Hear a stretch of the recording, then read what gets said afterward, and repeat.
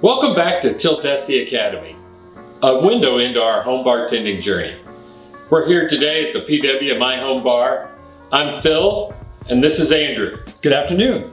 Today we're going to talk a little bit about old fashions. I think it's the cocktail that gets us all started from a home bartender standpoint. We're going to talk about the basic old fashioned. We're going to do a fancier old fashioned. We're going to get into the elements and parts of the old fashioned. And it's a great cocktail to add to the Manhattan that we did last time, and now we're starting to build off of these cocktails. The old fashioned is really a great cocktail to learn. We're going to teach you a little bit how to make some riffs on it, some different ingredients that go into an old fashioned. But Phil's really going to walk you through the basic parts of the old fashioned. So we're going to get started right away on this fabulous, amazing, basic drink. All right, so we're going to start out with the old school old fashioned. And sometimes that means you've seen stuff that's got muddled fruit all in it. Sometimes it can mean a lot of different things. I guess one of the points that we're going to make about the old fashioned is its flexibility. Yeah. There's so many different things that you can do with it. But if you go back, it's called an old fashioned for a reason, because you can literally go back to the very beginning of the 1800s and find a reference to it being a concoction of a spirit, bitter, water, and sugar. And I always think about that, and there's a lot of research that you can read about the history of whiskey and so forth.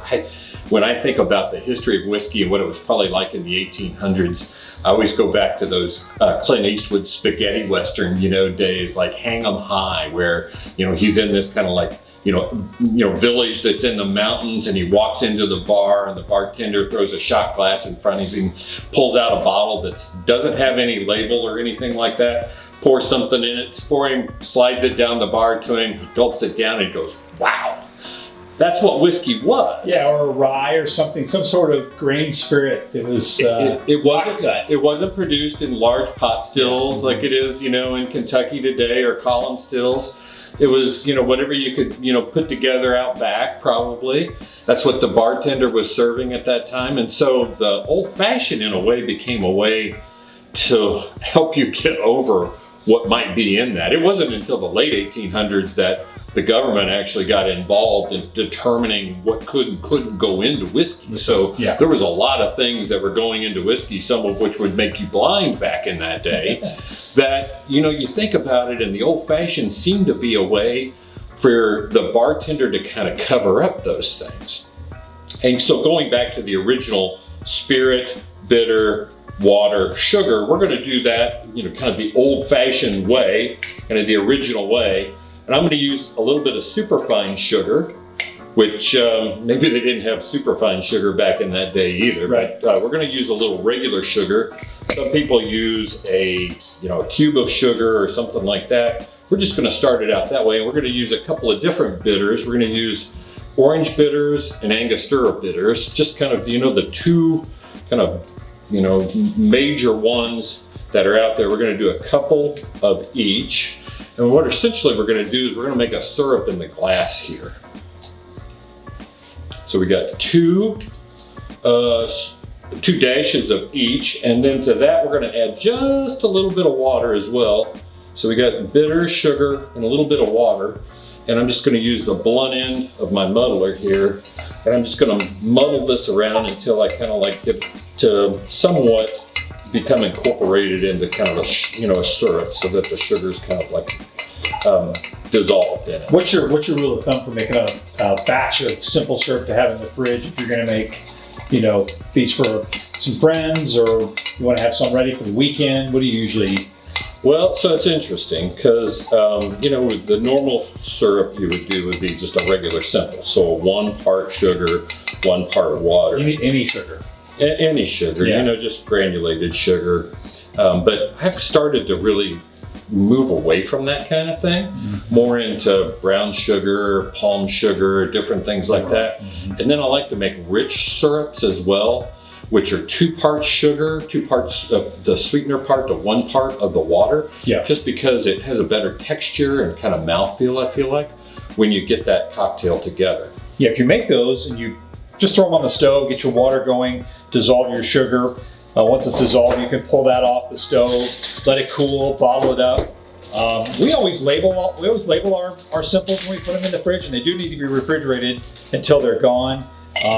You really shouldn't keep them around a long time. It's just sugar and water. So after a weekend, if you're going to serve some drinks to some friends, or you're going to have a few drinks during the week yourself, you're working on old fashions, go ahead and burn that, clean it, start over, make a new batch. Like Phil said, experiment with the different sugars. Sometimes we do a burnt sugar, take the sugar almost till it's caramelized, pull it, double the sugar so we can get it rich. Use the raw Demerara's and Turbinose sugars and the palm sugars. So they all make great simples, and it's fun to kind of experiment with them. You can't go wrong if you make them at least 2 to 1. And so if you're making just one cocktail, you really don't need that. When I first started, I used to do a sugar cube and put my Angostura bitters right into the sugar cube, and that's kind of how I started. That was kind of how I was instructed in the early times. I kind of like it to dilute a little bit better. It'll break down quicker. Yep. So I violated my own rule to start here, which is get your ice out early so that it can't, condition. So I'm glad that you talked about, syrups a little bit so that we can let it just condition. Because what we want, if we're going to spend time to come up with really nice cubes like this, we want to make sure that they don't crack as soon as we pour something over the top of them. And so we're just trying to let it kind of warm up a little bit. We're gonna do a little different. The traditional whiskey is the traditional spirit for an old fashioned. We're going to do some bourbon and some rye. There's a lot of arguments about which one you should use. Each is equally, there's no right or wrong answer between either one of them. I typically like rye a little bit more, and I'll tell you about that a little bit later. But we're going to use kind of a combination. I've been reading about how to split them a little bit better, and maybe a little combination. So we're using a 90 proof bourbon from Buffalo Trace here. Good Kentucky bourbon, very approachable, nice proof, good flavor, good old fashioned. A little sweet, and then we're going to use a Bottle and Bond rye, Old Overholt, and I'm going to pour 1 ounce of Old Overholt and 1.5 ounces of the bourbon into this particular cocktail. And so since we don't really have a lot of other things in here except sugar, bitters, a little bit of water and spirit, you want to stir this one pretty good. You want to give it, some decent dilution. Yeah. You got a good cube in there. Just want to kind of just work with it a little bit until you feel like that it's probably chilled well enough, and you've got some dilution on the drink there. And if you're making a couple of them, you can use your mixing glass with some ice in the mixing glass with a good stir, and then pour it out into 2 glasses over your conditioned ice cube. You can make the sugar or syrup in the mixing glass, but if you're going to make one for yourself, it's okay to make it in a glass like this. So we're going to just kind of easily garnish this with a coin of orange rind, and we're going to come back and we'll talk about how to do this. But this is a fun thing to do for your guests if you get good at it. I like to cut mine just so that I can hold it in my fingers a little bit. We're going to strike a match here, get the match going. We're just going to warm up the orange rind a little bit with our match.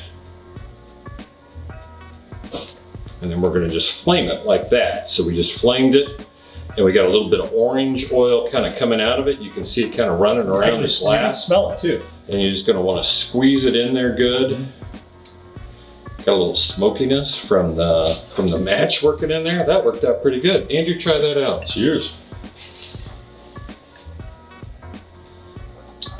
That's great. Really boozy. You're going to get a look at the orange, obviously from the bitters. Angostura spices it just nice. The sugar's perfect, not too sweet. Rye shines a little bit. This is a perfect, simple old fashioned. Great job. Very good. Okay, so one of the things that we wanted to show you during the old fashioned segment was how to properly flame or express your orange over the cocktail when you get it done. We did it in the first segment when we were just doing kind of the old-fashioned, the original kind of recipe, sugar, water, bitters, spirit.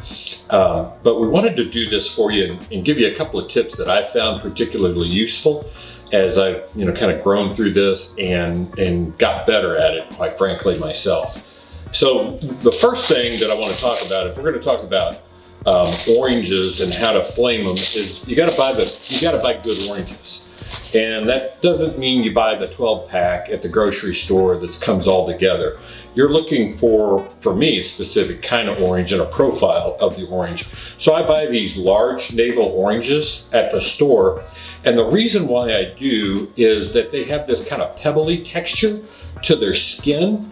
And that pebbly texture tells me that there's a lot of oils that are probably locked up in that rind, that it's a little bit thicker rind since it's got this pebbly texture to it. And so that's the kind of orange that I'm looking for in terms of the produce that I'm going to buy. The second thing that I'm going to do is when I get them home is I'm going to do exactly what I pulled it out of. I'm going to put them in a bag, and I'm going to seal that bag up and put them in the refrigerator, because what I want them to do is I want them to retain that oil. And if I just put them in the refrigerator by themselves, then the cold air in the refrigerator is going to start to dry out the surface of the orange. Or if I just leave them outside, at my bar or something like that, it's going to start to dry them out. And I won't get the same kind of effect or the same amount of orange oil out of them when it comes time to actually flame them. So that's two key tips for me: is buy good oranges that have a good pebbly texture to them, and then store them in the refrigerator in a sealed bag so that they retain all that moisture and the orange oil that goes along with it. Then the way I do it in terms of cutting it is I'm looking to cut. Remember what a Sacagawea dollar looks like? It's a little bit bigger than a quarter or half a dollar. It's a good kind of shape. I want to get it to be big enough to where I can put it between my fingers really easily. And I don't want to cut a lot of like the fruit flesh or anything out of it. I just want to cut it in like a roundabout like that. And as you can see, I didn't take any fruit flesh out of that at all. I just kind of cut it right off the top there. We'll do this another one because I'm going to show you two different techniques. Same thing again, just big enough to put between your fingers here. So the way we're going to do this, we don't have a cocktail in the glass here, but I'm going to demonstrate two different, kind of like like an outer and an innie almost, the way of actually espressing the orange. I'm going to use this long match, so that gives me plenty of time to demonstrate this to you. It's already going pretty good. So the outer part is we're just going to put the flame up against the orange, and then we're just going to let it warm it to the point to where we can then just quickly kind of take it and bend it so we force the oils out into the flame there, and then that's what gives you the big, kind of like the flame kind of blows up in front of you and your guest's face. It's really kind of a cool technique to do in front of somebody. And then what you'll do then is you'll just rub, since you got all that orange oil on the orange there, coin, you're just gonna rub that around the edge and make sure that you express that over the contents of the drink there, okay? That's one way of doing it. Sorry, I need another match here, I forgot. So we're gonna do, that's the outer technique. I'm going to show you a technique that we actually saw at a restaurant here in Kansas City when they brought like an old-fashioned to us. We were there dining with our wives, and we thought this was a really cool technique too. This is more of an inner technique. So we're going to kind of get this around, and we're going to kind of, rather than pulling it out, we're going to kind of squeeze it a little bit, and we're going to get like to flame it 2 or 3 times there instead of just the one really kind of big flame that we would do on the other technique. Same thing, got a lot of orange oil on the rind now because we've warmed it. We're gonna go ahead, we're gonna rub that around the edge of the glass, espresso it over the cocktail, and there you go. 2 different ways of doing it, but quality of the fruit, the way you store the fruit, the way you cut the fruit, and then I think using matches which burn, I feel like they burn a little bit hotter because they're wood, than using like a igniter of some kind are the ways to actually do this and execute it really well. Okay, so one of the things about an old fashioned that we wanted to really reinforce in this session was flexibility. We talked about that in the first segment. And you can change up the bitters, you can change up the sweet, you can even change up, how much or what kind of different spirit you're using in terms of whiskey. You could split them. There's all sorts of different options that you have in coming up with an old fashioned. Yeah, the long tail of old fashions are tequila old fashions, mezcal old fashions, cognac old fashions, straight rye, straight bourbon. You can There's make even, if you go back in the day, there was a gin old fashioned. Doesn't quite seem right, but which actually used Dutch Genevieve more than it used gin, I think. But it's still, there's just such a variety of optionality that you have with it. So when we were beginning to think about different ingredients that were really resonating with us, I had a couple that just kept coming back to me that were like my favorites, early on when we got into this journey.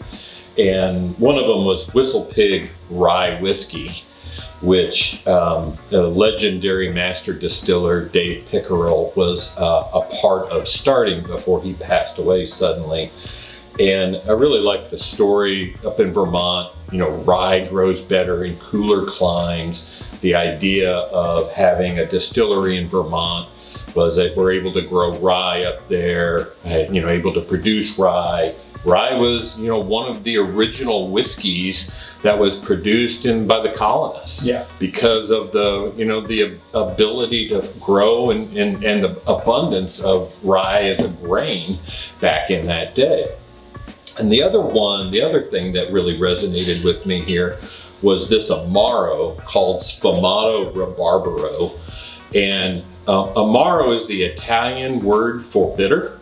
So it's a bittering agent. And this particular one's unique because it's made from a Chinese rhubarb root that actually gives it this kind of smoky taste to it. It was, if you talk about entry drugs, this was an entry Amaro for me back in the day. We did jump into the deep end with Rabarbaro. So Sfumato it's a robust.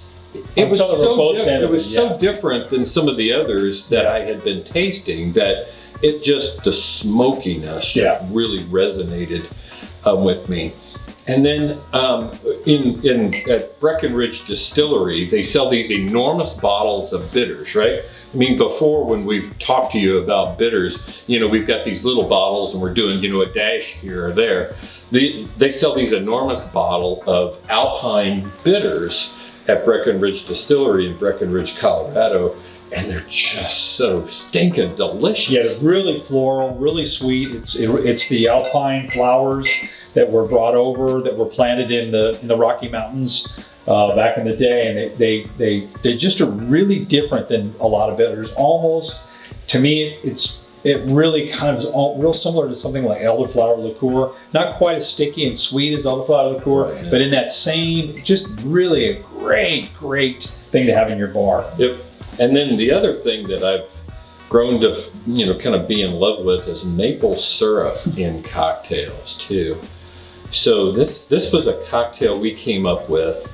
We actually served it at our first pop-up way back in the day. Mm-hmm. And I ended up naming it the Hibernation Old Fashioned because for me, just some weeks you just feel like I just need to kick the world out and hibernate a little bit. And I needed a boozy go-to cocktail that had some elements of things that it's like comfort food. It's a comfort Thanksgiving, fall, holidays, winter, spring and summer even some way. All right, cozy. So it's just got those comforting elements in a cocktail like you would think about in comfort foods or something like that, for me at least.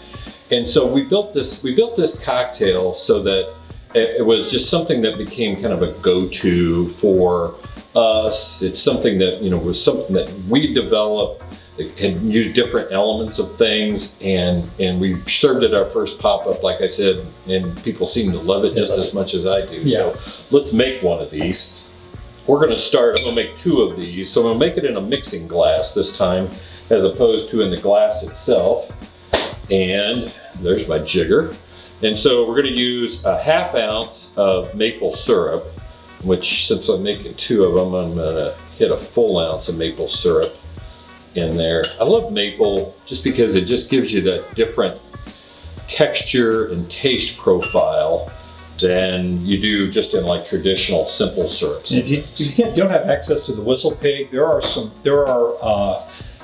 great maple syrups out there. You definitely don't want the pancake version from the grocery store. Looking for the true maple syrup, something from like Trader Joe's or a specialty shop. Those make great simple syrups. Yep. You want to stay away from Mrs. Buttersworth's and things of that nature. Go to the Whole Foods or something like that, and find organic part of good, your grocery decent store. syrup. Yep. So then we're going to use, rather than using dashes, we're actually going to use a whole 1/4 ounce per cocktail of the Breckenridge bitters. And I like to start, if I got a syrup in a cocktail, I like to start with the syrup first, because you never get all the syrup out of the jigger when you first pour it. And so rather than waiting to the end and then leaving that syrup in there, I want to put that syrup in first, and then everything else that I pour into it will help get that syrup out of the jigger, the rest of what's left over, and into it. The other tip we got from our professional bartender friends was to start with your least expensive ingredients as well. So fruit juices, simple syrups, bitters, those types of things. Because if you get to talking to your guests or people that are at your house and you mess it up, you're not throwing out Whistle Pig, which is kind of expensive. And so if you have to burn some syrup, you burn some syrup. But start with your least expensive ingredients and build up to your most expensive ingredients. Yep. And so then we're going to use the Amaro in it as part of the bittering agent. Like Andrew gave a great description of the Breckenridge bitters. They've got this floral kind of alpine-y element to them. So we're going to add some bitterness through the Amaro. And I'm going to add 3/4 of an ounce. So I'm going to hit it twice at 75. 3/4 of an ounce of Amaro goes in there, and you'll notice I've got a different kind of cap on this. I like to use these for Amaros. Some of them are wine-based products. Some of them just use grain-neutral spirits. But in particular, Sfumato, I feel like if you let it sit for a while, it tends to separate. And so I like to use these little caps that you can actually suck the air out of, like you would wine, to try to preserve it for a longer period of time. And so I like to use that kind of like that element to this particular Amaro. Some of them come with caps that actually restrict the amount of airflow coming in, which then you don't need to worry about that. Some don't. Some just have the aluminum. You need to. Yeah, some just have the aluminum caps. And you'll see they'll really start to get really sticky and dried out, which means if that's happening in the cap, it's probably happening on the top of the spirit as well in the bottle. So these little deals you can grab from Amazon for wine are kind of lifesavers for vermouths and some of these. These are the Vacuvan ones, and I just order them by the dozen on Amazon. Yeah, to be honest with you. And then, I mean, this stuff is so good. Whistle Pig 10-year. It's not the cheapest, rye that's out there, but it's got nice age on it. I might have to point out to you, it actually is a juice that came from the distillery. They're still, I believe, sourcing their juice through MGP's Lawrenceburg, Indiana distillery for the most part. And they may be blending it together with maybe other Canadian whiskey or something like that they're sourcing. Don't quote me on that. I don't know that for sure. But it's for me, like, this is like my go-to rye whiskey almost all the time. And again, it's got 10 years worth of age. It's got an age statement on it. Many of them don't have age statements on it anymore. So for it to have a 10-year age statement means it is the youngest barrel that they used to blend this together.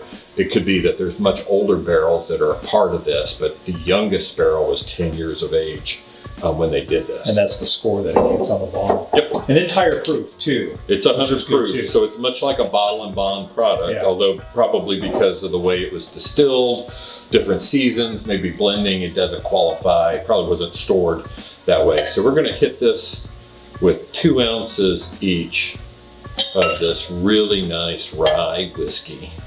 We have a lot of other ingredients, the maple syrup, the Sfumato, and the Breckenridge bitters. So it's important to have more than an ounce. If it's too boozy for you, you can back it back down to 1.5 ounces. But you do need probably more than an ounce. Otherwise, it's going to be pretty sweet. These other flavors are really strong. So this brings us back to an old fashioned where the booze comes first. I hear you. We're making an old fashioned here, so it better be boozy. Old fashioned the way means I think about old fashioned is American for boozy drink. Yep. So we're going to add a good amount of ice in here to our mixing glass. Let's just ice it a little.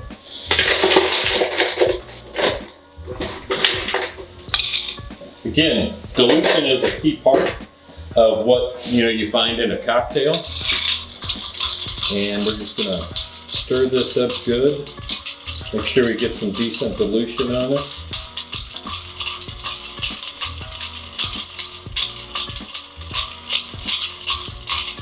And then I need my julep strainer here.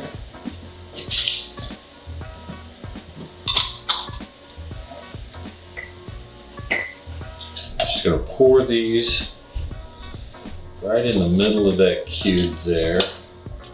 We got our cubes out early so they're well conditioned here. I'm just gonna finish these off. Perfect PW proportion there. All right, and we're gonna garnish these just with these little orange coins like we've been talking about before. So let's do these. Got it. Uh-oh. That Dead doesn't match. want to work. There we go. Get it burning really good here. Yes. Perfect plume. Drop this one in. Do another match.